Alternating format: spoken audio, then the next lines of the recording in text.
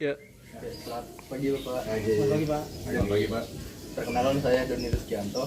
Saya Obren Artiona di Komputer Putra. Saya Muhammad Hasan Bintang. Ya, Kami bertiga dari Universitas kampus. Pembangunan Jaya. Iya. Oke.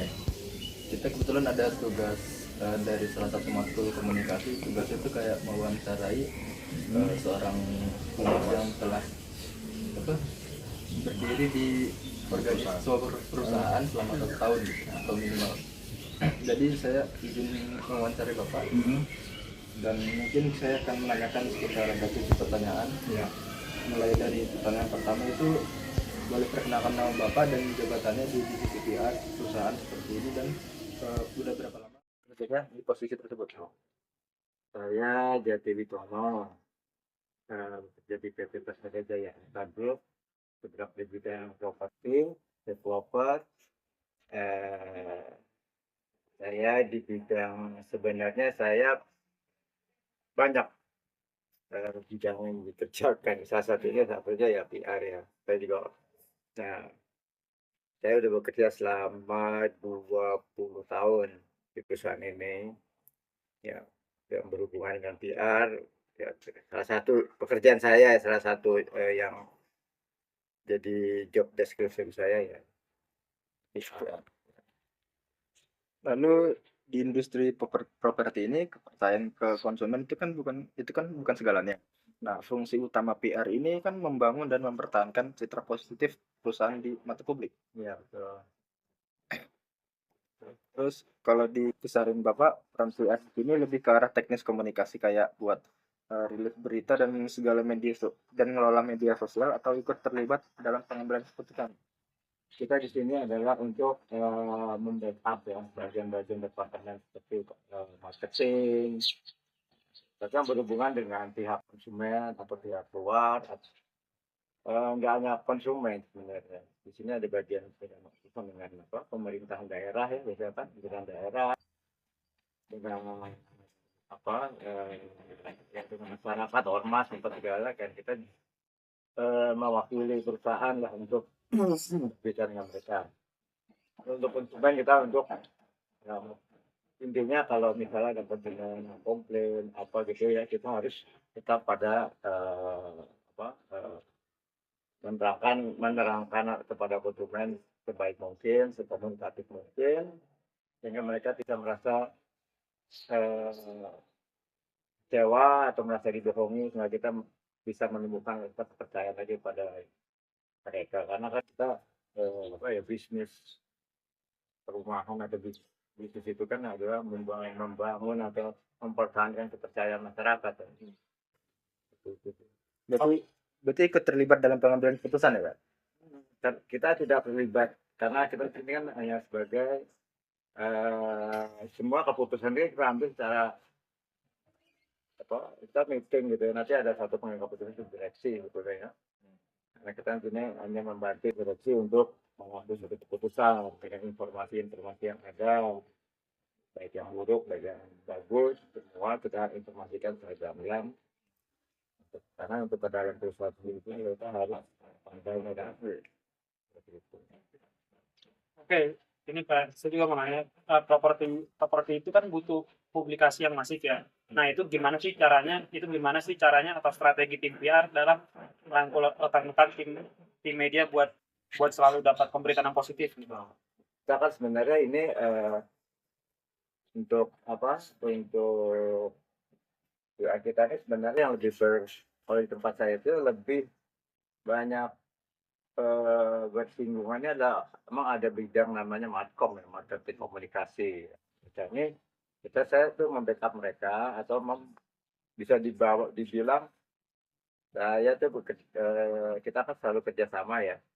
Jadi saat markom itu ya saya bantu dia untuk follow up ya, perizinannya kah, atau promosinya kah, atau yang di medsos itu kan, Facebook, Instagram, macam-macam lah ya, kayak gitu. Jadi untuk strategi promosi itu di mereka, strategi macam-macam ya, dengan komunikasi massa yang lagi up to date di sekarang ini, mereka lebih paham lah. Kalau saya ini tetap secara secara administrasinya Oke nih Pak, itu juga mengenai juga nih, bisnis bisnis properti kan sering ya kayak kedapatan komplain dari konsumen terkait unit atau fasilitasnya. Iya. Nah terus kira-kira apa langkah atau strategi biar buat nanganin isu tersebut supaya tidak viral dan merugikan reputasi perusahaan gitu? Nah, biasanya kita kalau ada gitu mereka tuh datang ke kantor ya. Ke kantor, mereka komplain, nah kita tangani dengan baik. Kita tangani artinya gini, mereka komplainnya apa, nah kita follow up dan kita pantau sampai dan kita selalu kasih progres ke mereka. Kita janji misalnya sebulan, 2 bulan kita kasih progres atau mereka bisa komunikasi menanyakan progresnya. Dan kebanyakan itu lumayan ampuh, jadi konsumen tuh merasa tenang. Oke Pak, pertanyaan selanjutnya, gimana bentuk kolaborasi divisi PR sama divisi marketing pas perusahaan lagi gencar-gencarnya meluncurkan proyek atau unit properti baru, Pak? Kita tuh biasanya gini, jadi ini yang tadi balik lagi ya, itu Smartcom tuh yang paling paling artinya yang memegang kendali lah artinya ya untuk segala jenis teknologi strategi untuk iklan apa segala ya. Kita nih hanya banyaknya yang mau support mereka aja. Jadi artinya kalau mereka itu seperti orangnya kurang misalnya ya di tim kita kan ya nggak semuanya juga baik, kita kan harus membangun mentality juga kan, masih ide-ide kreatif. Nah, kita di situ kita memberikan masukan ke mereka tuh lo mesti begini, mesti begini, mesti begini dan ya kasih masukan lah yang positif lah. Oke, ini terakhir ya Pak ya. Menurut Bapak, kompetensi apa yang paling wajib dipunya sama kita sebagai mahasiswa UMAS biar bisa sukses berkarir di industri PR corporate ke depannya? Nah, itu sih pertama kita harus punya komunikasi skill yang bagus ya terhadap ya kita ini berkomunikasi kan kalau di perusahaan itu kita bisa bicara dengan kebetulan saya ini kan di manajerial ya. Jadi kalau kita dengan bawah atau dengan atasan atau dengan saya samarkan ya setara. Nah, itu kita harus berkomunikasi itu berbeda. Bagaimana dengan anak buah kita, bagaimana dengan setara dengan tika, bagaimana dengan atasan kita.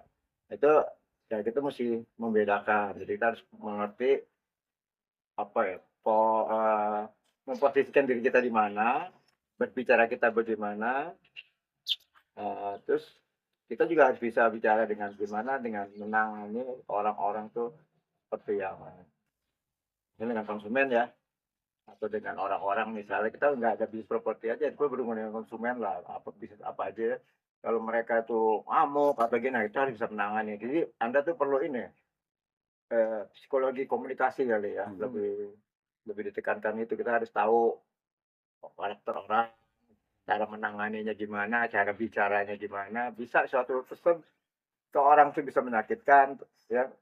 Sebenarnya pesan itu keras, tapi kalau kita bisa menyampaikan secara cara komunikasinya baik, bahasanya baik, mungkin orang itu akan menerima dengan baik. Kalau kita sesuatu yang sederhana tapi kita menyatakan dengan kasar atau dengan menyinggung perasaan orang atau kita, nah itu orang bisa marah. Jadi sesuatu itu masalah itu bisa diselesaikan dengan cara berbicara, berkomunikasi, berbahasa yang baik gitu loh. Jadi secara intonasi bicaranya juga mesti mesti disesuaikan gitu kan.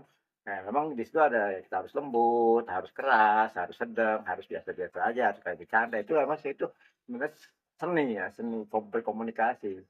Seperti manajemen gitu ada kita berseni mengatur orang gitu. Berarti berbicara itu bisa menyelesaikan masalah. Bisa. Ya komunikasi bisa menyelesaikan masalah. Masalah kecil bisa jadi besar, masalah besar bisa jadi bagaimana kita menyampaikan aja. Ya kan satu kecil kita menyinggung perasaan orang, menyinggung harga diri orang, ya kan? Atau membawa seseorang yang dalam yang harusnya tidak jadi masalah. Jadi banyak kan kita lihat di media-media kan, jadi orang viral gara-gara atau kontrol ngomongnya, polisi masuk penjara ya. Nah kayak gitu jadi berbicara itu sangat penting, komunikasi itu sangat penting. Memang tidak terlalu bertele-tele, harus namanya komunikatif itu kan tidak juga strict to the point, tapi kita juga nggak boleh terlalu banyak melebarkan sesuatu kemana-mana gitu ya. Fokus di situ, bawa orang ke situ, mengarahkan orang ke situ biar orang bisa kita drive gitu loh dengan bukan keinginan kita tapi dengan keinginan bisa keinginan bersama-sama gitu kan jadi satu solusi. Oke, baik, mungkin itu aja pertanyaannya, dan terima kasih Bapak. Ya cukup. Ya. Oke, sama-sama ya. Terima kasih Pak ya. Terima kasih ya Pak atas waktu ya Pak. Oke, sama-sama.